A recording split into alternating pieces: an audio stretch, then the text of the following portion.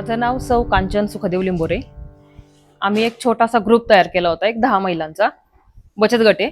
बचत गटाचं नाव आहे गृहिणी महिला बचत गट. तर त्याच्यातून आम्ही एक महिलांना काहीतरी हाताला उद्योग पाहिजे, काहीतरी आपल्याला एक व्यवसाय पाहिजे, या हिशोबाने आम्ही एक धान्य साफ करायची मशीन आणि एक डाळ मिल अशी घेतली होती. तर त्यासाठी आम्हाला भांडवल नव्हतं तर काय करायचं ह्या हिशोबाने मग आम्हाला बारामतीच्या आपल्या महामुनी मॅडम आहेत, त्यांनी सांगितलं की तुम्ही वहिनींना भेटा, त्या तुम्हाला काहीतरी योजना देतील. मग आम्ही सुनंदाताईंना भेटलो, तर त्यांनी आम्हाला PMFME या योजनेचं एक हे सांगितलं की त्याच्यातून तुम्हाला भांडवलासाठी, याच्यासाठी, व्यवसायासाठी ते लोक तुम्हाला मदत करतील.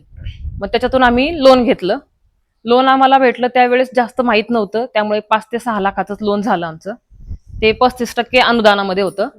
त्याच्यातून आम्ही ही एक मशीन घेतली. मशीनीचं भांडवल आमचं लांबलं परत, पण आम्ही त्यातून घेतली आणि एक डाळ मिल घेतली आहे. तर ह्या धान्य साफ करायच्या मशीनमधून आम्हाला कमीत कमी वर्षाला 6 ते 7 लाखाचा टर्नओव्हर होतो. आणि डाळ मिलमध्ये आम्ही शेतकऱ्यांची जी डाळ येईल ती एक करून देतो, आणि प्लस इथं आता जे आपले छोटे छोटे दुकानदार वगैरे आहेत त्यांना आम्ही जसे क्वांटिटीमध्ये पाहिजे त्या क्वांटिटीमध्ये हरभरा डाळ, तूर डाळ, घेवड्याची डाळ, मुगाची डाळ, उडदाची डाळ असं त्यांना आम्ही बनवून देतो. तर त्या डाळ मिलचं आम्हाला आता सध्याला तरी 5 ते 6 लाखापर्यंत टर्नओव्हर आहे.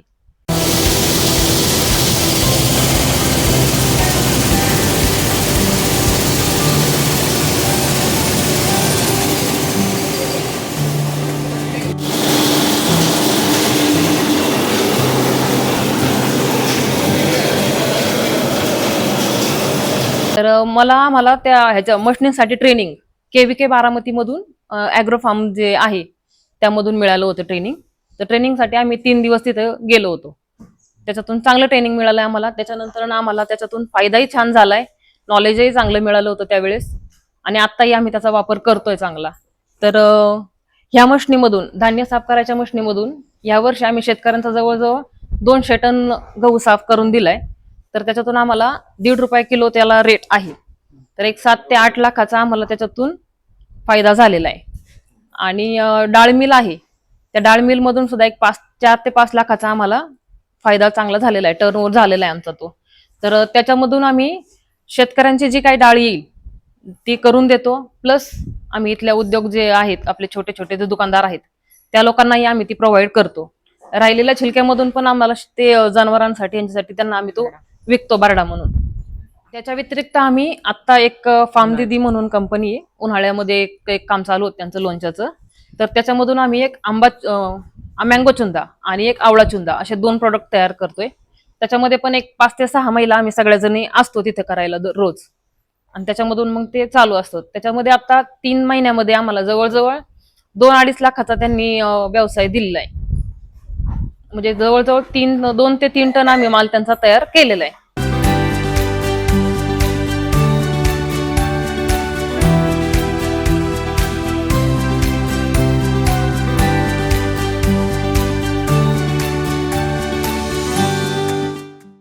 नमस्कार, मी डॉक्टर धीरज शिंदे, कृषी विज्ञान केंद्र बारामती येथे प्रमुख म्हणून कार्यरत आहे. PMFME अंतर्गत खूप साऱ्या ट्रेनिंग प्रोसेसिंग म्हणजे मायक्रो फूड प्रोसेसिंग च्या संदर्भात जे काही शेतकरी काम करतात त्यांच्या अनुषंगाने आपण घेत असतो. आता तेवढंच नाही तर कृषी विज्ञान केंद्र हे SLT आहे, म्हणजे स्टेट लेवल टेक्निकल इन्स्टिट्यूट म्हणून काम करत आहे.